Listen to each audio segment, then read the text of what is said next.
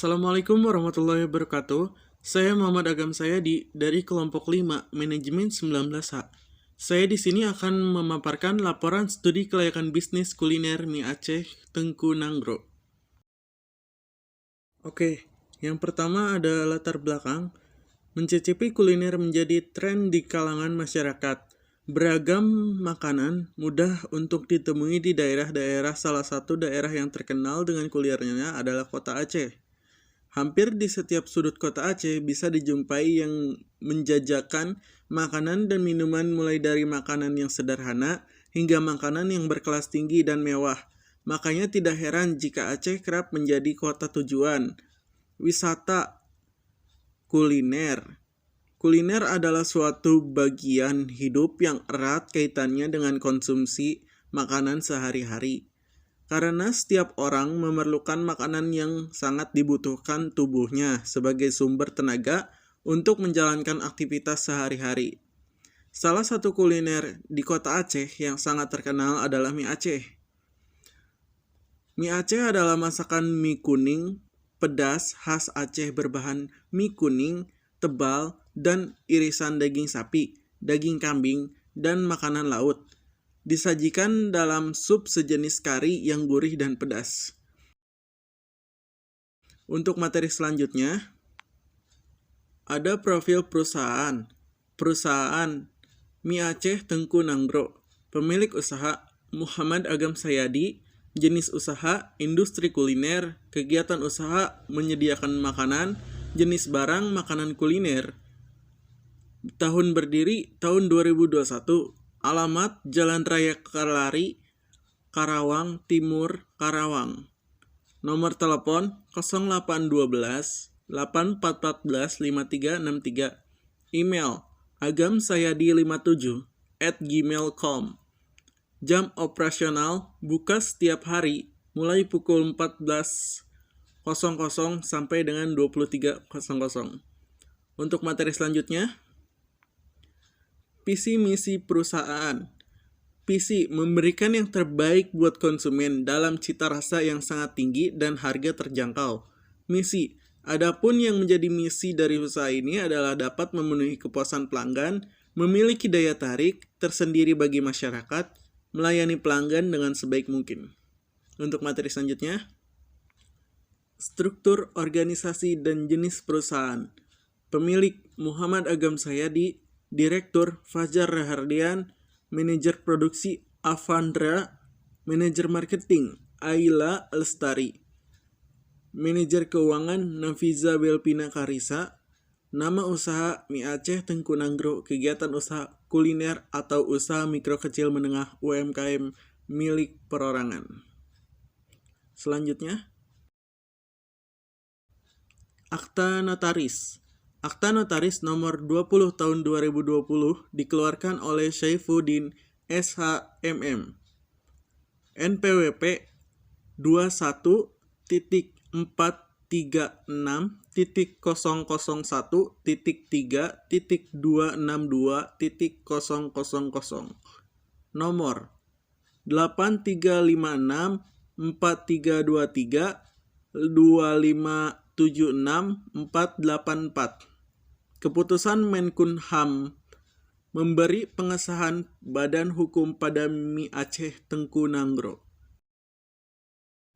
Selanjutnya, izin usaha. Nama perusahaan Mie Aceh Tengku Nanggro. Surat izin usaha perdagangan SIUP 130 AKS SIUP strip M /532.623 TDP Tanda Daftar Perusahaan 19.49.2.0212 berlaku sampai tahun 2024. NPWP 21.430.001.3.262.000. Izin lokasi situ 0206.20.03.21.02 /V/2021 berlaku selama 5 tahun. Materi selanjutnya, segmenting, targeting, dan positioning. Targeting pasar secara umum. Target pasar dari usaha mie Aceh ini adalah semua kalangan, yang seperti saya jelaskan barusan. Tapi di samping itu, ada 3 cara dalam melakukan segmentasi. Yang saya bilang tadi ada geografi dan juga demografi. Yang dilihat dari geografinya, tempat makanan mie Aceh didirikan di daerah yang dikelilingi oleh lingkungan yang ramai. Sedangkan demografi, konsumen yang dituju adalah konsumen yang berada di sekitar tempat kota. Usianya remaja dan dewasa. Tingkat ekonomi difokuskan untuk kalangan pelajar atau mahasiswa, pegawai kantor, dan untuk semua kalangan masyarakat. Tren perkembangan, pasar kami memiliki ruas makanan yang beraneka ragam. Dan juga tidak pernah hilang penggemarnya. Untuk selanjutnya. Dan juga ada targeting. Targeting merupakan tindakan menilai ketertarikan dan minat dari beragam segmen pasar, kemudian menentukan segmen mana yang akan dijadikan sebagai target. Semua umur, dari remaja sampai dewasa yang memiliki gaya hidup modern dan tertarik terhadap masakan khas Indonesia. Dan untuk positioningnya sendiri, jika dilihat dari segi positioning, tempat makanan mie Aceh ini didirikan daerah yang dikelilingi lingkungan yang ramai, dekat dengan keramaian, dekat dengan konsumen, sehingga dapat lokasi ini memenuhi syarat pemilihan lokasi. Peluang pasar, konsumen yang dituju adalah konsumen yang berada di sekitar lokasi. Dan untuk materi selanjutnya, strategi pemasaran, produk, price, place, dan promotion.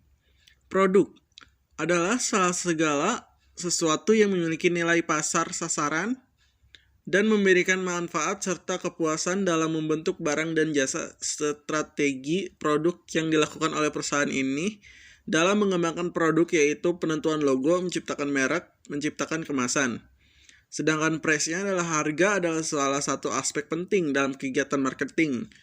Penentu harga menjadi sangat penting untuk diperhatikan mengingat harga merupakan salah satu penyebab laku tidaknya produk yang ditawarkan kepada konsumen. Dalam menjalankan kegiatan usahanya, pengusaha menerapkan strategi harga yang terjangkau, mulai dari 15.000.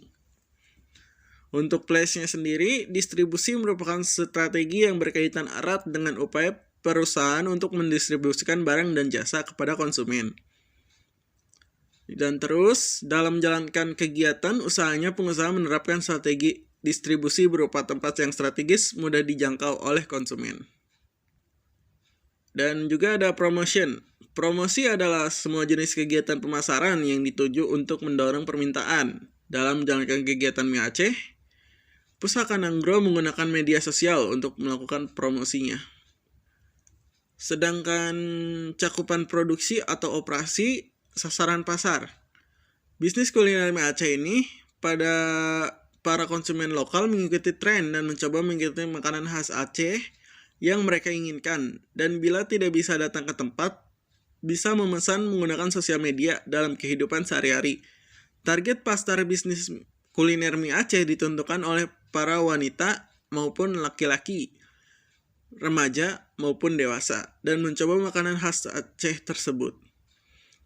Untuk jumlah produksinya sendiri, selama 1 bulan bisnis mie Aceh mampu memproduksi sebanyak 25.000 per bulan. Namun jumlah produksi akan lebih meningkat bila hari weekend yang akan datang. Hampir semua para pelanggan yang ada di sekitar lokasi tersebut datang ke tempat mie Aceh ini. Dan untuk kebutuhan teknisnya sendiri, lokasinya menurut saya pribadi penentuan lokasi bukanlah pekerjaan yang mudah. Pemilik harus mempertimbangkan secara tepat agar memenuhi lokasi yang sesuai pada usaha mie Aceh dengan menggunakan metode penelitian hasil value.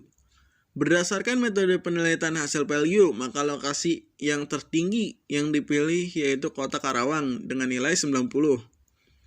Kebutuhan tenaga kerja.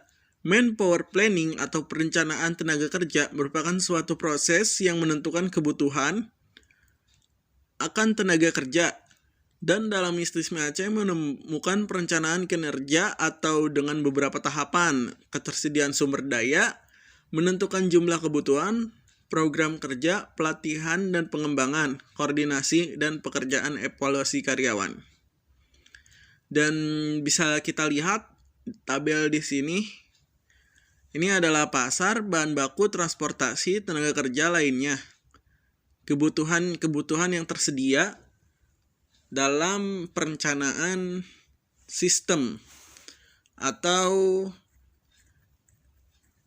yang disebut dengan lokasi mana yang emang strategis atau bahan baku seperti apa yang dibutuhkan. Nilai lokasi yang ideal ada 40, 30, 15, 10, 5. Dan di Cikarang ada 30. Terus bahan baku ada 15, transportasi ada 10, terus tenaga kerja ada 8, dan lainnya ada 2. Untuk Karawang sendiri, di sini ada pasarnya 40, bahan baku 20, transportasi 10, transportasi 15, tenaga kerja 10, lainnya 5. Dan untuk Purwakarta sendiri, di sini ada pasarnya 20, bahan baku 15, transportasi 13, tenaga kerja 7, lainnya 5.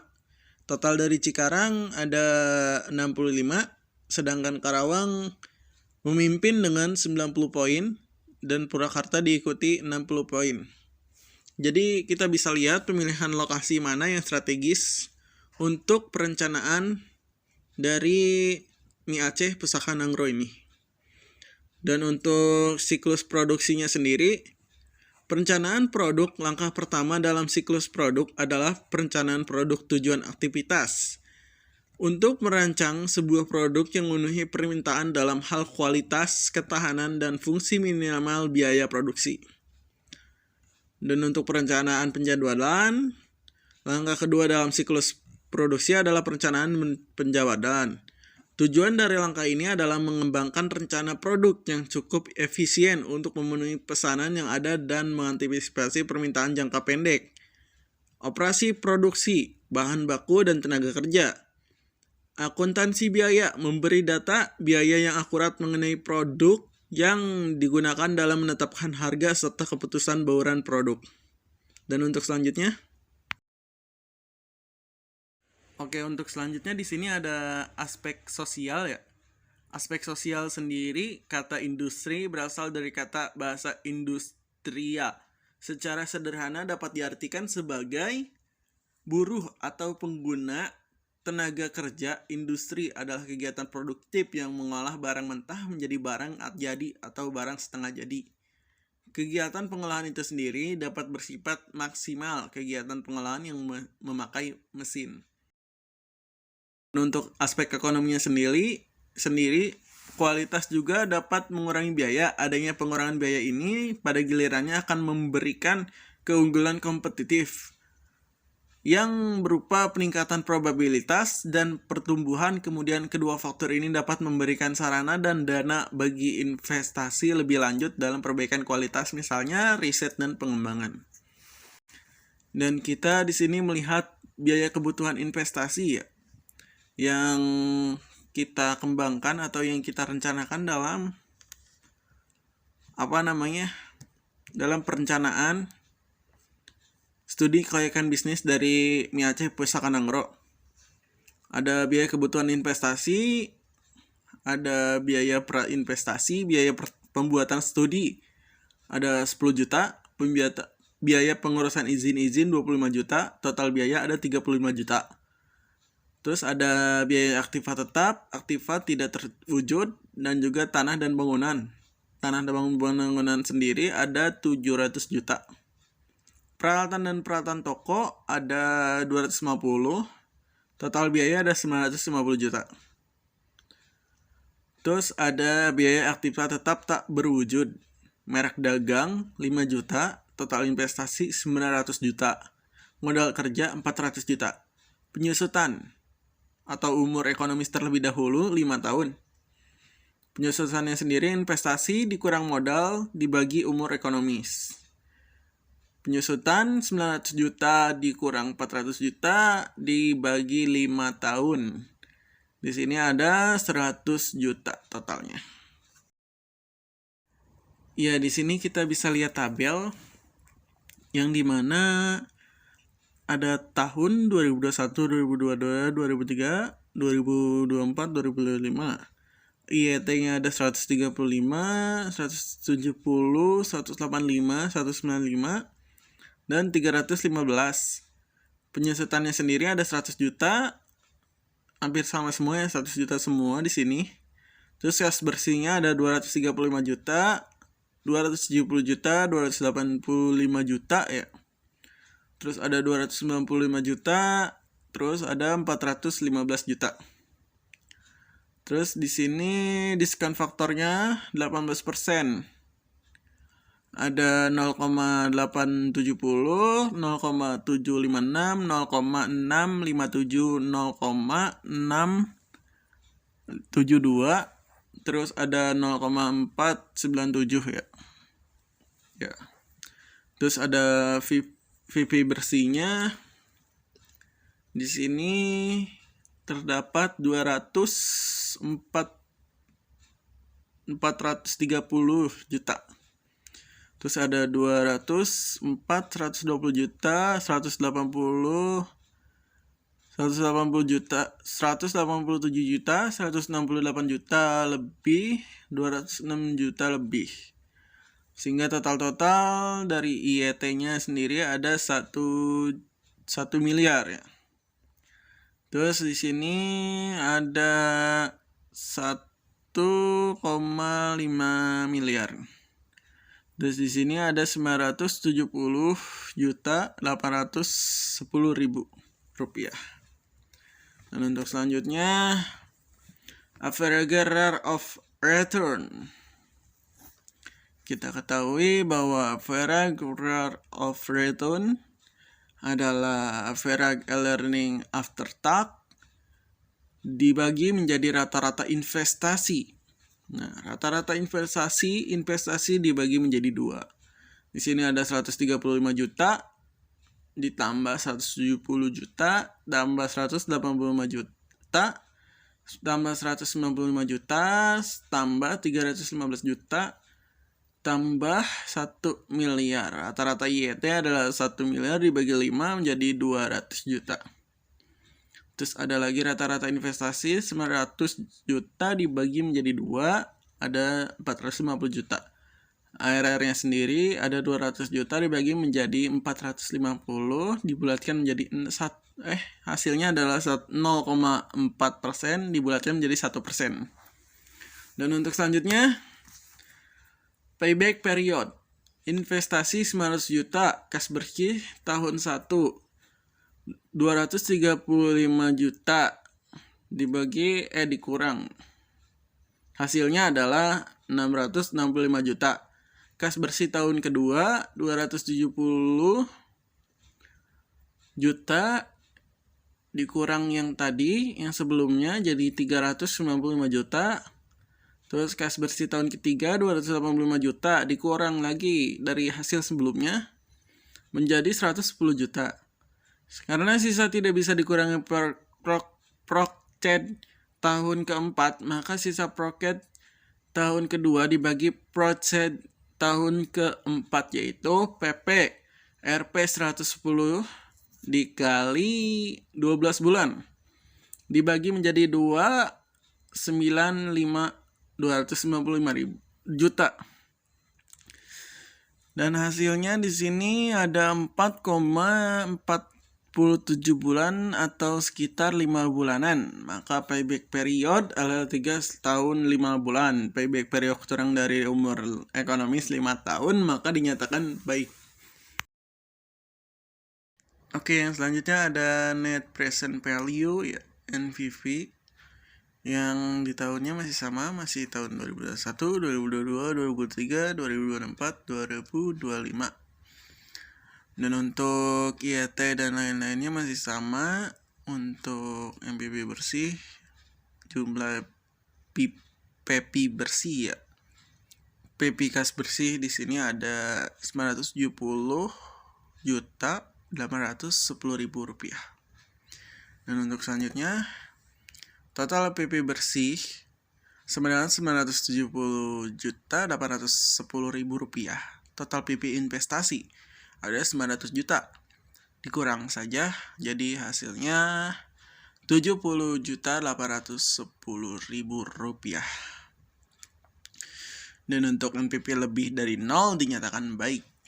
Dan untuk selanjutnya ada IRR rata-rata bersih kas ya 235 juta tambah 170 juta tambah 285 juta tambah 295 juta tambah 415 juta dibagi menjadi 5, hasilnya adalah 300 juta. Perkiraan PP 900 juta dibagi 300 juta sama dengan 3. Dalam tabel A2 tahun kelima di tahun terdekat dengan angka 3 adalah 291 adalah 20% secara subjektif, tidak diskon, kita kurangi 2% menjadi 18% sehingga NPP-nya bisa dilihat dalam tabel. Dalam tabel yang tertera pada IRR ya. Dan untuk tabelnya sendiri di sini udah ada tabel IRR yang dimana total keseluruhan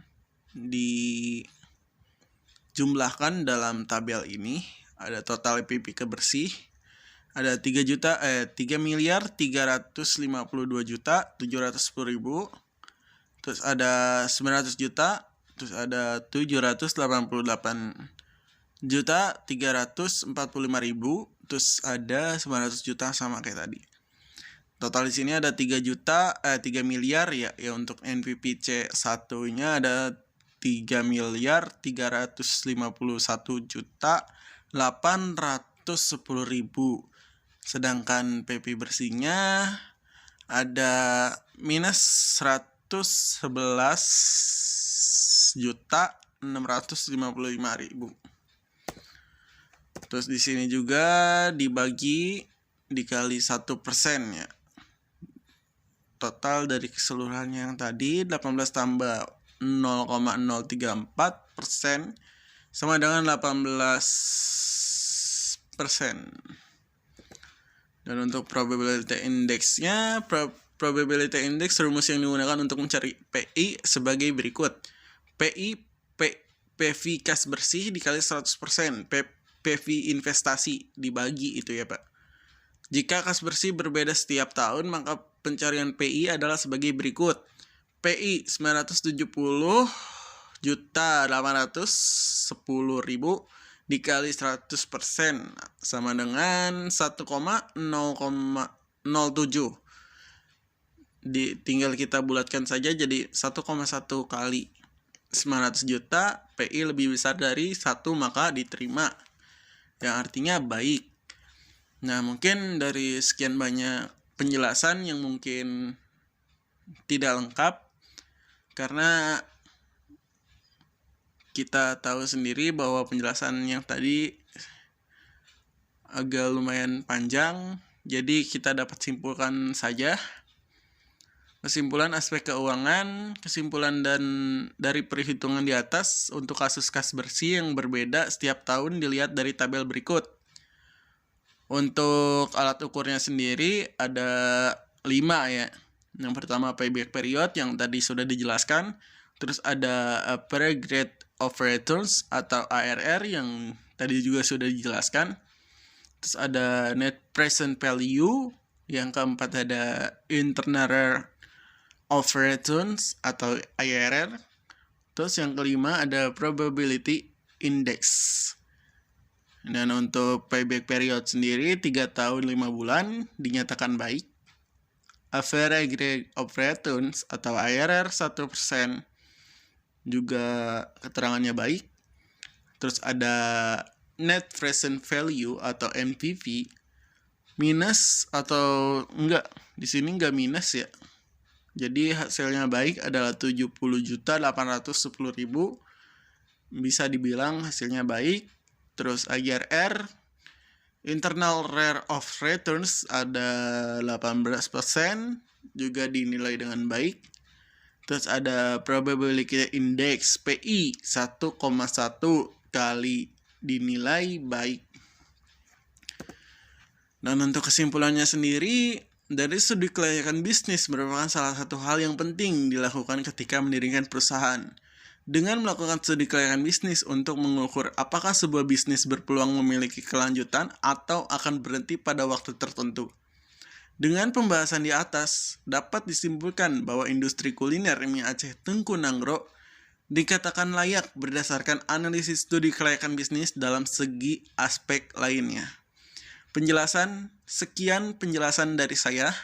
Mohon maaf bila ada kesalahan. Wabillahi taufiq wal hidayah. Wassalamualaikum warahmatullahi wabarakatuh.